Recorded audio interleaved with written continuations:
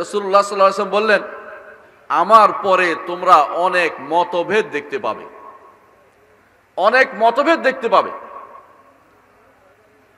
তখন সাহাবায়ে কেরাম বললেন, ইয়া রাসূলুল্লাহ আমরা কি করব? রাসূলুল্লাহ সাল্লাল্লাহু আলাইহি ওয়াসাল্লাম বলে দিলেন, আলাইকুম বিসুন্নতি ওয়া সুন্নাতুল খুলাফা আর রাশিদিন আল মাহদিয়িন আদু আলাইহা বিন নওয়াজিস। আমার পরে তোমরা মতভেদ দেখতে পাবে। মতভেদ আজকে আছে কিনা বলেন তো আপনারা? নাই। আছে? মতভেদ কি আমি তৈরি করে দিয়েছি?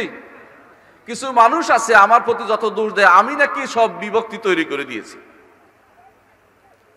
বিভক্তি তো হয়েই আছে। কেমন বিভক্তি জানেন?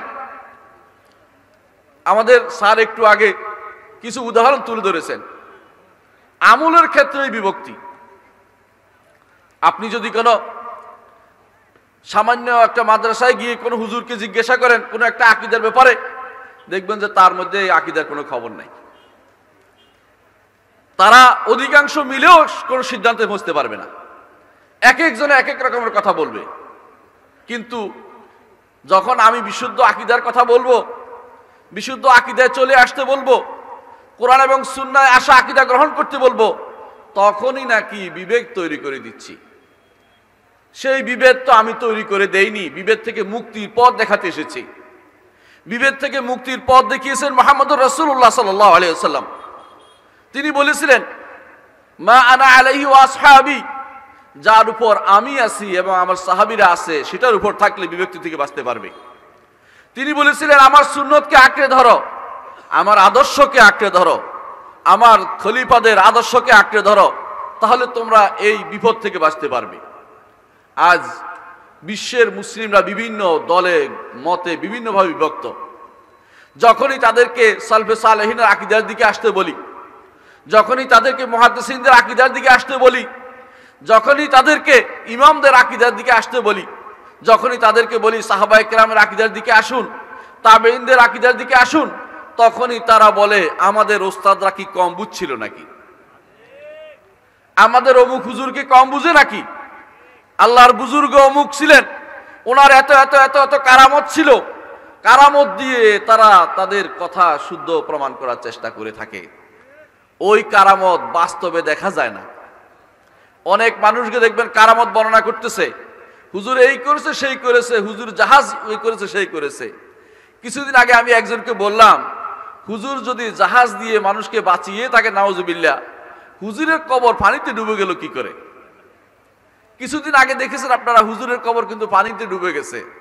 হুজুরের মাদ্রাসা ডুবে গেছে, হুজুর কিছুই করতে পারলো না।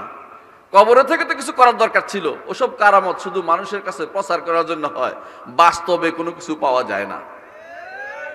এগুলি মানুষের মিথ্যাচার ছাড়া কিছুই নয়, বানিয়ে বানিয়ে কারামত প্রকাশ করা। হক কারামত আমরা বিশ্বাস করি। কারামত কখন হয় সেটাও আমরা জানি। কারামত শুধু শুধু দেখানোর জিনিস নয়। কারামত হচ্ছে মুসলিম কোনো বিপদে পড়ে গেলে আল্লাহ তাআলার পক্ষ থেকে বিশেষ সাহায্য করে তাকে কোনো রকম উদ্ধার করা। কারামত দেখিয়ে বেড়ানো নয় যে তিনি জায়নামাজ খুলে পানির উপরে নামাজ পড়বেন, তিনি আকাশে উড়িয়ে গিয়ে যাবেন, তিনি চোখ বন্ধ করে তিনবার 3 কদমে মক্কার হারামে চলে যাবেন। ওনার এহরাম বাঁধেছে কে? চিন্তা করা দরকার। এহরাম বাঁধার আগেই তিনি 3 কদমে মক্কায় চলে গেছেন। আমার উস্তাদজি বলতেন, মদিনাতে যখন পড়তাম, একদিন এসে বলতেছেন, কি হবে কি হবে কি হবে? আমরা বলতে, উস্তাদের কি সমস্যা বোধ হয়? বলছে, না সমস্যা কিছু না, তোমরা আফসোস করিও না।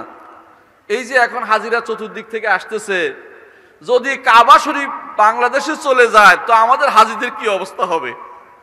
তা আমরা বললাম যে কেন উস্তাদ, কেন বললেন? তোমাদের দেশে না বলে যে কাবা তা তোমাদের ঘরে তোয়াফ করতে চলে যায়? তো আমরা বললাম যে না উস্তাদ, আমাদের দেশে না, হিন্দুস্তানে, মানে দূরাইতে চেষ্টা করলাম। কয় না, আমি সব জানি, তোমাদের দেশেও আছে এরকম। কাবা তোমাদের দেশে গিয়েও তোয়াফ করে কারো কারো বাড়িতে। কাবা যদি তোয়াফ করতে চলে যায় তো হাজিদের কি অবস্থা হবে? এই হচ্ছে কারামত। এগুলি কারামত নয়, এগুলি হচ্ছে মানুষকে বিভ্রান্ত করার অস্ত্র ছাড়া কিছুই নয়। যুগ যুগ ধরে এইভাবে আপনি যখনই দাওয়াত দিবেন কোরআন এবং সুন্নাহর, আপনার বিরুদ্ধে দাঁড়িয়ে যাবে একটি গোষ্ঠী। তারা বলবে যে আমাদের অমুক হুজুর কি কম বুঝছে কিনা, অমুক হুজুর কম বুঝে নাই, অমুক হুজুর ভুল বুঝতে পারে। অমুক হুজুরের দোহাই দিয়ে আপনি নাজাত পেয়ে যাবেন না। আপনাকে কোরআন এবং সুন্নাহকে অনুসরণ করতেই হবে। নাজাত পেতে হলে কোরআন এবং সুন্নাহর আকীদা গ্রহণ করতে হবে। এর বাইরে ব্যক্তি কেন্দ্রিক কোনো আকীদা ইসলাম কখনো অনুমোদন করেনি। এজন্য ইসলামী আকীদার উৎস কখনো ব্যক্তি কেন্দ্রিক ছিল না।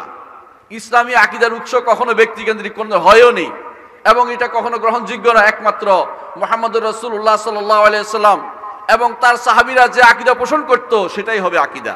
এর বাইরে অমুক তমুক যত বড় ইমামই হোক না কেন, তার আকীদা আল্লাহর দরবারে লা ইউসাউই জানাহা বাউদা, মাছির ডানার মতো মূল্য নেই।